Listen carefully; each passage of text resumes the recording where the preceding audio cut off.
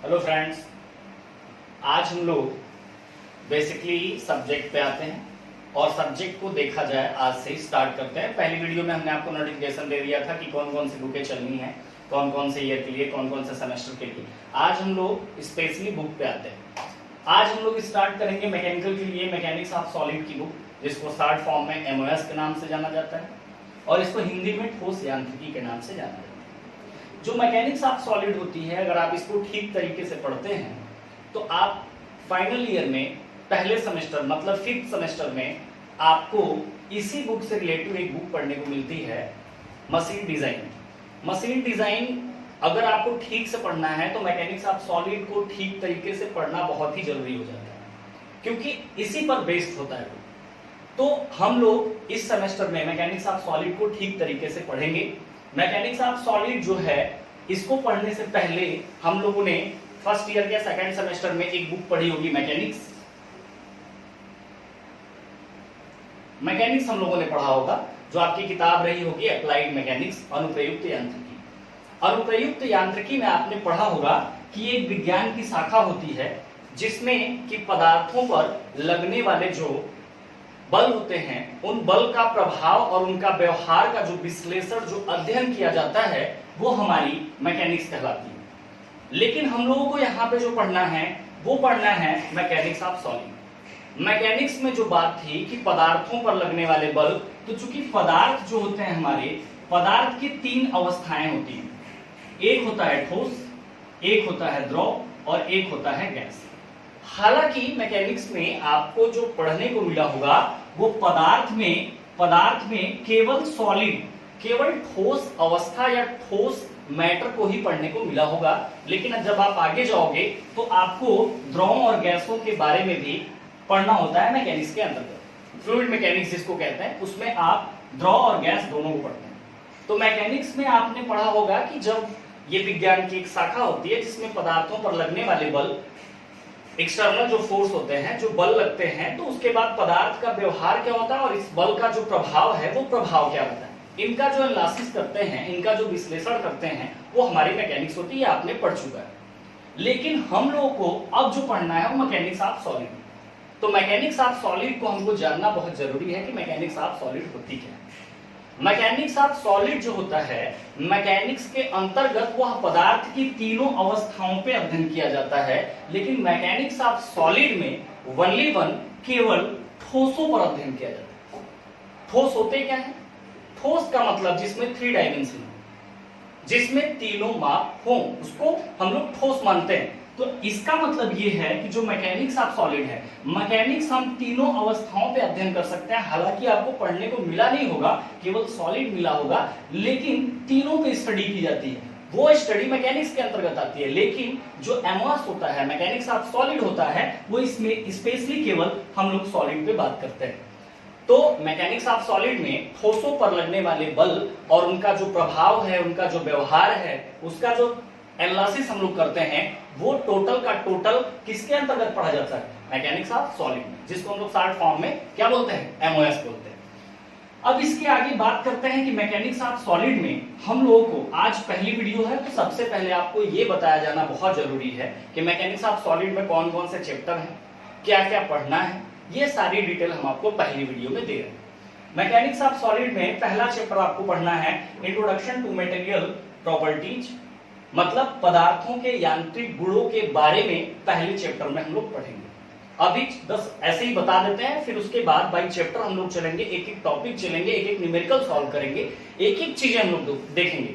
लेकिन अभी फिलहाल जान तो लें कि कौन कौन सा चैप्टर है, मैकेनिक्स ऑफ सॉलिड में पढ़ना क्या है, ये सारी चीजें हम लोग आज जान लेते हैं। उसके बाद हम लोग बाई चैप्टर और बाई टॉपिक हर एक न्यूमेरिकल को, हर एक टॉपिक को लिखते हुए, पढ़ते हुए हम लोग आगे चलेंगे। तो आज आप जान लीजिए कि कौन कौन सा चैप्टर आपको मैकेनिक्स ऑफ सॉलिड में पढ़ना है।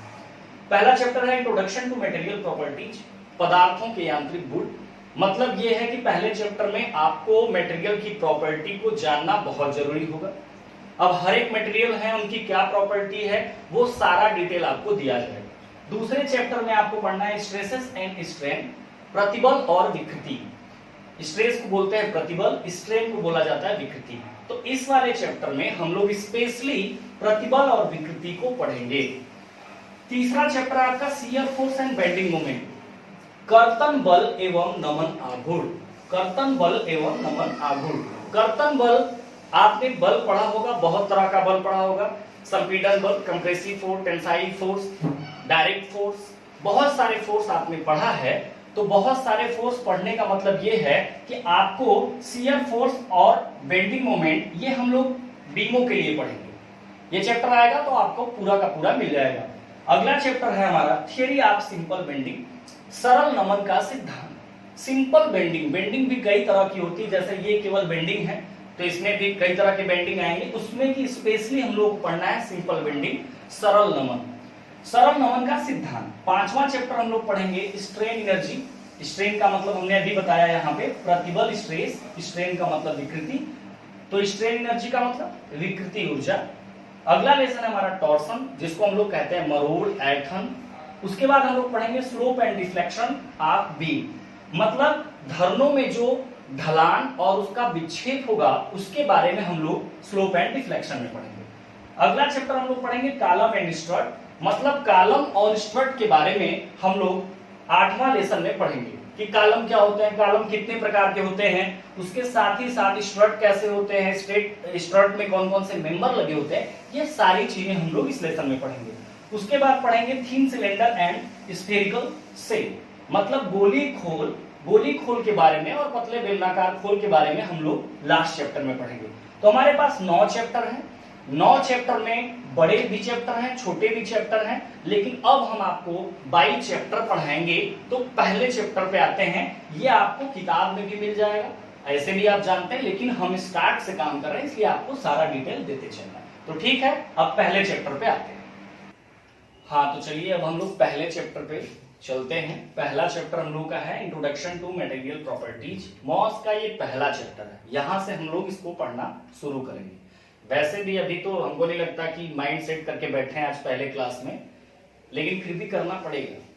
नहीं करेंगे तो समय तो जाता रहेगा, तो आपको करना होगा, आप करिए तो अच्छा रहेगा और समझ में भी अच्छा रहेगा। अब पेन कॉपी भी लेके आप बैठ जाइए, जब हम आपको कहेंगे नोट करिए तो आप उस समय नोट करते रहिएगा। जैसे कभी छूट गया तो आप पीछे करके पुश करके आप आराम से नोट कर लीजिएगा, ठीक है। तो चलिए पहला चैप्टर डाल लीजिए, इंट्रोडक्शन टू मटेरियल प्रॉपर्टीज, जिसको कहा जाता है पदार्थों के यांत्रिक गुणों का परिचय। इस चैप्टर में हम लोग पहली टॉपिक पढ़ेंगे पदार्थों के यांत्रिक गुण। पहली टॉपिक हम लोग अब पढ़ने जा रहे हैं इस चैप्टर की, पदार्थों के यांत्रिक गुण, जिसको कहा जाता है मैकेनिकल प्रॉपर्टीज ऑफ मटेरियल, या इसी को कहा जाता है प्रॉपर्टीज ऑफ एमओएस। एमओएस का मतलब अभी बताया हमने, मैकेनिक्स ऑफ सॉलिड, जिसको हम लोग ठोस यांत्रिकी कहते हैं। उसके बाद इसी को कभी कभी प्रॉपर्टीज ऑफ सोम भी कहा जाता है, मतलब स्ट्रेंथ ऑफ मटेरियल। मतलब कहने का ये है कि आपके एग्जाम में कभी कभी आपसे ये कह दिया जाता है कि किन्हीं 3, किन्हीं 5, किन्हीं 7 या 2 अपने से आप किन्हीं 3 को या किन्हीं 5 प्रॉपर्टी के बारे में आप बताइए। तो यहां से हम लोग प्रॉपर्टी बाय सीरियल 1, 2, 3 पढ़ेंगे, तो उसमें से आपको अपने हिसाब से लिखना होता है कि आप अपने से उसको लिखेंगे। तो यहां से पहला जो हमारा टॉपिक है पदार्थों के यांत्रिक गुण। पदार्थों के यांत्रिक गुण में हम लोग पदार्थों के यांत्रिक गुण जानना क्यों जरूरी है, इसको लिखते नहीं है, इसको समझ लेते हैं कि अगर पदार्थों के यांत्रिक गुण है, आखिर आप मटेरियल की प्रॉपर्टीज क्यों जानना चाहते हैं। तो अगर आप मैकेनिकल के हैं तो आप सीधी भाषा में समझ सकते हैं कि अगर हमको कोई मशीन का निर्माण करना है, कोई मशीन मैन्युफैक्चरिंग करना है, या फिर हमको किसी ढांचे को बनाना है, तो उसमें कई मेंबर लगेंगे, तब जाके वो हमारा ढांचा या वो मशीन तैयार होगी। बाय एग्जांपल, जैसे आपको मान लीजिए एक साइकिल बनाना है, मैकेनिकल के हैं, आपको साइकिल बनाना है, तो साइकिल बनाना है तो साइकिल में बहुत सारी चीज चाहिए, उसका स्टैंड चाहिए, पैडल चाहिए, हैंडल चाहिए और घंटी भी चाहिए। ये तमाम सारी चीजें आपको उसमें लगाना पड़ेगा। ये उस साइकिल के मेंबर हुए, ये सदस्य होंगे, और इन सदस्यों को जो आप लगा रहे हो तो उनके गुणों के बारे में जानना तो जरूरी है ना। अब नहीं जाने, मान लीजिए हमने आपसे कह दिया आप हीरे की, आपको पता नहीं आपको साइकिल बनाना है, आप पता लगा हीरा एक मटेरियल है, अब हीरा का जो है आपने स्टैंड लगा दिया उसमें, तो बड़ा अच्छा काम आपने किया। तो आप क्यों नहीं लगाते हैं? आप जानते हैं कि हीरे की प्रॉपर्टी क्या है, कास्ट में महंगा आएगा। तो इसके लिए हमको किसी भी मशीन का, किसी भी ढांचे को निर्माण करते समय उसमें लगने वाले जो सदस्य हैं उनको जानना बहुत जरूरी होता है, और वो किस मटेरियल के लगाए जाने चाहिए तो ये भी जानना बहुत जरूरी होता है। इसलिए हम पहले चैप्टर में जो हम लोग को दिया गया कि नहीं, पहले आप मटेरियल जानो, कौन सी मटेरियल की कौन सी प्रॉपर्टीज है। तो आपने ये जाना कि पदार्थों के यांत्रिक गुण का मतलब क्या है। इसको एग्जाम में कभी पूछ देता है कि मैकेनिकल प्रॉपर्टीज ऑफ मटेरियल क्या है, मटेरियल की प्रॉपर्टीज, या पूछ देता है आपको कि इसी मॉस की प्रॉपर्टीज क्या है या सोम की प्रॉपर्टीज क्या है। तो इसमें लिखना नहीं होता है, लेकिन इससे अब हम जो प्रॉपर्टीज आपको पढ़ाएंगे सीरियल से 1 2 3 4 करके, उसमें से जैसे हमने आपको 10 प्रॉपर्टीज पढ़ाया, 15 पढ़ाया, तो उसमें से किन्हीं 3 को आपको लिखना होता है। तो लेकिन इसको तो जानना है कि हम क्यों जानना चाहते हैं। हम इसलिए जानना चाहते हैं पदार्थों के यांत्रिक गुण के बारे में कि जो हम ढांचा बनाएं या जो मशीन बनाएं या किसी चीज का मैन्युफैक्चरिंग जब करेंगे तो उसमें बहुत सारे मेंबर लगेंगे, और वो जो मेंबर हैं वो अलग अलग मटेरियल के होंगे, और उन मटेरियल का अपना खुद का एक परिचय होगा, खुद की एक क्वालिटी होगी, खुद का गुण होगा। तो वो गुण बिना जाने हम उस मशीन या उस ढांचे या किसी की मैन्युफैक्चरिंग नहीं कर सकते। तो हम पहला जो है प्रॉपर्टीज में पहली प्रॉपर्टीज पढ़ेंगे स्ट्रेंथ, जिसको हम लोग कहते हैं सामर्थ्य। तो हम लोग भाई पदार्थों के यांत्रिक गुण में कुछ लिखना नहीं होता है, लेकिन इसमें अब जो हम प्रॉपर्टीज पढ़ाने वाले हैं उनको लिखना भी होता है, उनको समझना भी होता है। हमने कहा मशीन डिजाइन में ये जो प्रॉपर्टीज हैं और भी जो पीटी वगैरह आपका मैकेनिकल में चलता है, ये एक जगह एमएमएस हो गया, मटेरियल साइंस, उसमें आपको हर जगह ये प्रॉपर्टीज काम करेगी। एक बार ठीक से पढ़ लोगे तो हर जगह ये प्रॉपर्टी मैकेनिकल के लिए जब तक पास आउट नहीं हो जाओगे तब तक ये प्रॉपर्टीज पढ़ोगे। और यही नहीं, जब प्रिपरेशन आप करोगे तो उसमें 1-2 क्वेश्चन प्रॉपर्टी से आपको मिलते भी हैं, और आपके एग्जाम में भी प्रॉपर्टी से एक क्वेश्चन मिलेगा ही मिलेगा। तो यहां से हम पहली प्रॉपर्टीज किसको पढ़ने जा रहे हैं? स्ट्रेंथ। स्ट्रेंथ को बोलते हैं सामर्थ्य। आपसे एग्जाम में क्या कहा जा सकता है कि सामर्थ्य को परिभाषित कीजिए, सामर्थ्य को बताइए, सामर्थ्य से आप क्या समझते हैं। लेकिन जितनी प्रॉपर्टीज आपको बताई जाएगी वो हिंदी वाला टर्म उसमें नहीं होता। मतलब कहने का ये है कि आपको इंग्लिश वाले पेपर में लिखेगा कि स्ट्रेंथ क्या है, और इंग्लिश वाले पीछे पलट के पेपर जब देखेंगे तो उसमें लिखा होगा ये। इसका मतलब सामर्थ्य आपको देखने को कहीं मिला नहीं, लेकिन यहां आप जान रहे हैं कि अगर हमको पता है तो हम आपको बताते चलेंगे। तो आप ये जो हम 1 2 3 ये पदार्थों के यांत्रिक गुण जो हम आपको बताते जाएंगे वो आप नोट भी करेंगे, और ये समझेंगे कि हम इसको नहीं बल्कि इसको जाने, हम बताने के लिए दोनों बताते चलेंगे। तो स्ट्रेंथ होता क्या है? स्ट्रेंथ को समझने के लिए आप इतना जान लीजिए कि स्ट्रेंथ का मतलब होता है पदार्थ के मजबूती से। अगर आप ये समझ पा रहे हैं तो समझ जाइए कि स्ट्रेंथ को आप समझ गए। स्ट्रेंथ का मतलब हमने क्या बताया, अभी आप समझिए, लिखने के लिए मैं आपको बोलूंगा कब लिखना है। स्ट्रेंथ का मतलब ये होता है, मैकेनिकल प्रॉपर्टीज में पहली प्रॉपर्टीज हम लोग पढ़ रहे हैं, जो हम अब यहीं से हमारा सिलेबस स्टार्ट होता है। पहली प्रॉपर्टीज में हम लोग पढ़ेंगे सामर्थ्य, जिसको कहते हैं स्ट्रेंथ। स्ट्रेंथ होता क्या है? अगर आप ये समझ पा रहे हैं कि स्ट्रेंथ का मतलब होता है पदार्थ की मजबूती से, मतलब कि अगर आप इसको समझ लेते हैं तो इसकी डिफिनेशन आपके लिए इसको समझना आसान हो जाएगा। क्या कहता है स्ट्रेंथ? मटेरियल की ऐसी प्रॉपर्टी होती है स्ट्रेंथ जो लगातार कंटिन्यू प्रतिबल तो सहे, प्रतिबल मतलब स्ट्रेस, स्ट्रेस को सहता है लेकिन खराब, नुकसान, फेल्योर नहीं होता है। मतलब कोई मटेरियल हो जो लगातार प्रतिबल सहे लेकिन वो असफल न हो, फेल्योर न हो, खराब न हो, मतलब उस बल को, उस प्रतिबल को अगर वो सहन कर लेता है तो इसका मतलब ये है कि उस पदार्थ में क्या है? स्ट्रेंथ की प्रॉपर्टी है। तो स्ट्रेंथ की प्रॉपर्टी अगर आपको लिखना है तो आप लिख लीजिए, लिखिए बिना असफल हुए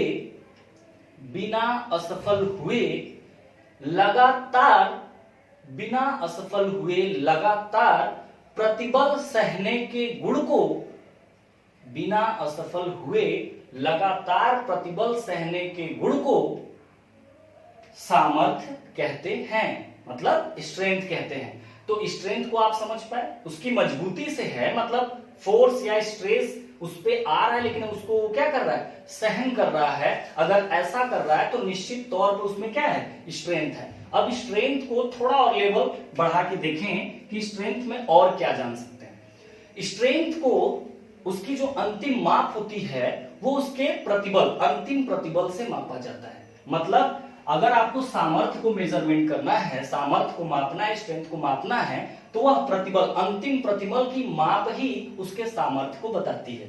अगर ज्यादा नहीं समझ में आता तो आप जान लीजिए कि प्रतिबल जो होता है वो बल बटा के क्षेत्रफल होता है।